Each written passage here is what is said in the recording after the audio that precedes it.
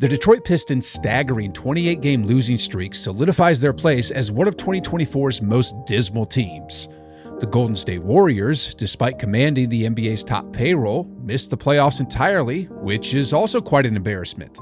Similarly, the Milwaukee Bucks' decision to switch from Adrian Griffin, who had a robust 30-13 record, to Doc Rivers, who faltered to 17-19, marks a regrettable chapter in their season. However, these pale in comparison to the 2024 Phoenix Suns. I mean, how could you allow someone to do this to you in your own house? From their egotistical proclamations to their brash trash talking and their anticlimactic end to their season, they indisputably earned the title of the most embarrassing team of 2024. This is their tale. You can't guard all of us at once. I'll be damned, man. We just get after it every day. Iron sharpens iron.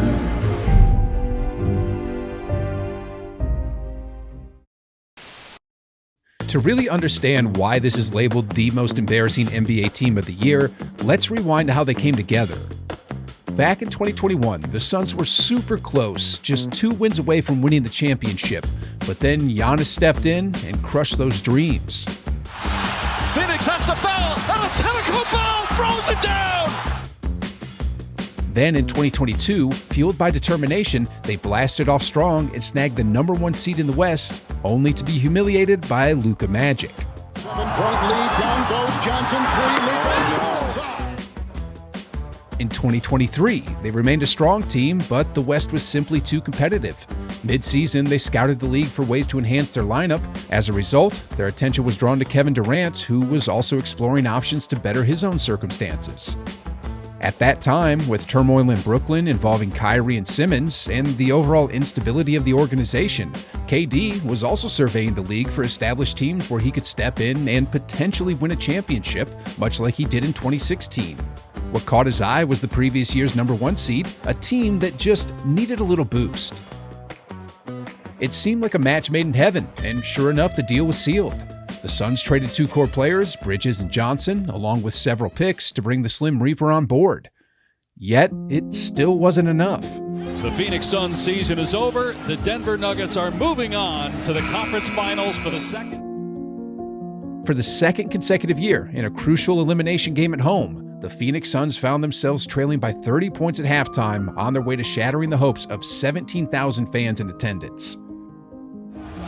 The Phoenix Suns season is over. The Denver Nuggets are moving on. What was their strategy to improve during the offseason? If having 2 high-scoring stars wasn't enough, surely adding a third would do the trick, right? That was essentially the thought process of their front office as they went all in and traded away their remaining future assets to Washington to secure Bradley Beal, an all-star caliber guard who was the league's second highest scorer just a few short years ago. By now, Devin Booker was the sole survivor from that 2021 Suns team that made it to the finals. Beyond Booker, the Suns had overhauled their entire lineup, replacing the core players, the bench, and even the head coach. But none of that mattered to the organization because in their eyes, they had formed a big 3. To them, they were like the 2011 Miami Heat, the baddest kids on the block. The team wasn't exactly well-rounded and lacked some depth, but they didn't seem to mind. They had their trio of stars, and in their eyes, that was all they needed to dominate. Kevin Durant even made it clear, saying, "You can't guard all of us at once." You can't guard all of us at once. Fast forward to the 2024 NBA playoffs, and the Suns were matched up with Minnesota in the first round, the opponent they had hoped for. I mean, not only had they swept the Timberwolves 3-0 in the regular season, but they also had beaten them by an average margin of 16 points. And although the Suns didn't consider the Timberwolves a total pushover, they felt they had a distinct advantage. This confidence was evident in the way the Suns were speaking just before the playoffs began. It's time to start playing defense. It's time to execute it and take care of the ball offense. It's time, man. We want to win the ring. It's time. Additionally, alongside these 3, Jusuf Nurkic, their starting center known as the Bosnian Beast, had tweeted, "That's all, folks," after the Warriors were eliminated from the play-in tournament, as if merely reaching the playoffs signified superiority.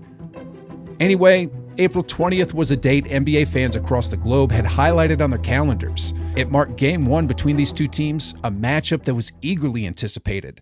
And the result? It was the same old story for the Suns. Another embarrassing playoff loss. Both ends. And I just don't want to see. Anthony Edwards delivered a slap to the Phoenix Suns in the opening game, trash-talking them for all the world to see. I mean, this is a playoff-tested player in Kevin Durant. Anthony Edwards trying to make a name for himself in the postseason. No matter what the Suns attempted, Edwards was unstoppable and fearless in the face of pressure.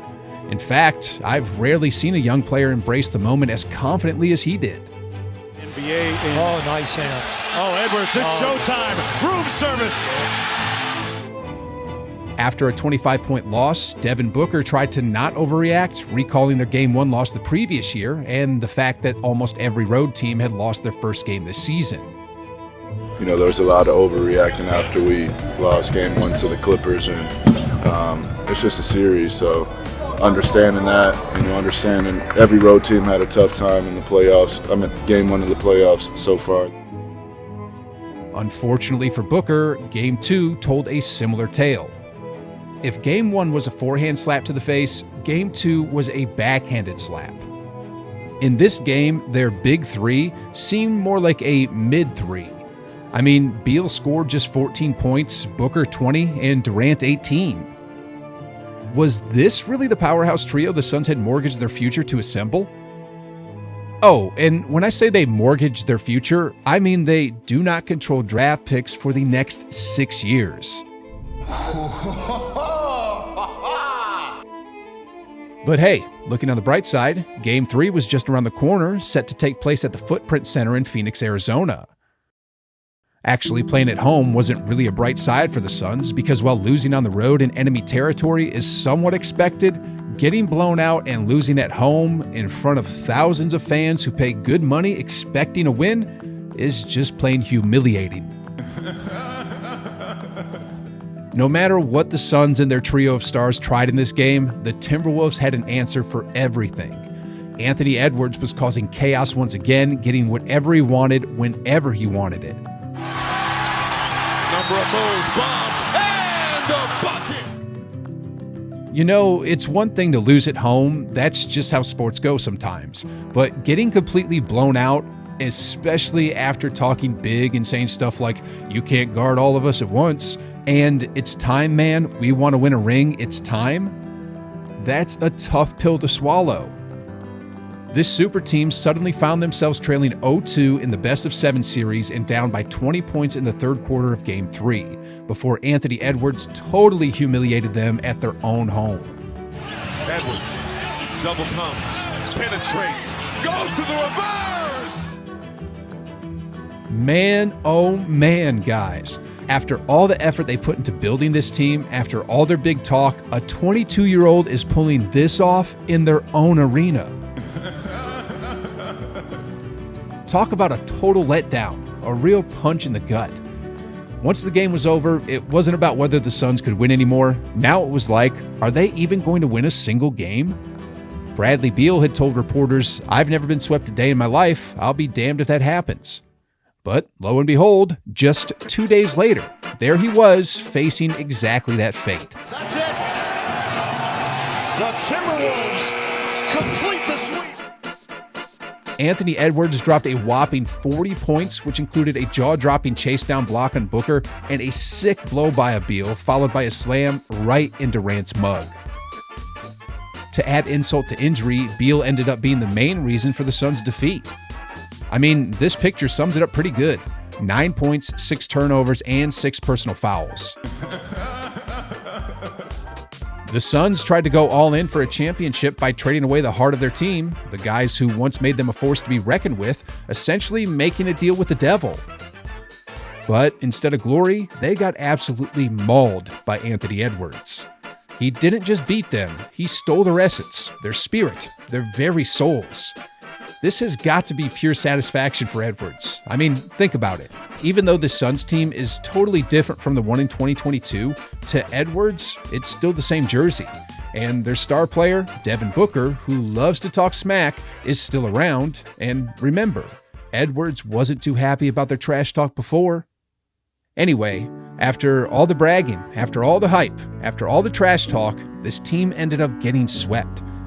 Oh, and Draymond Green from the Warriors didn't forget Jusuf Nurkic's trash talk about the Warriors getting eliminated with the whole "that's all folks" thing.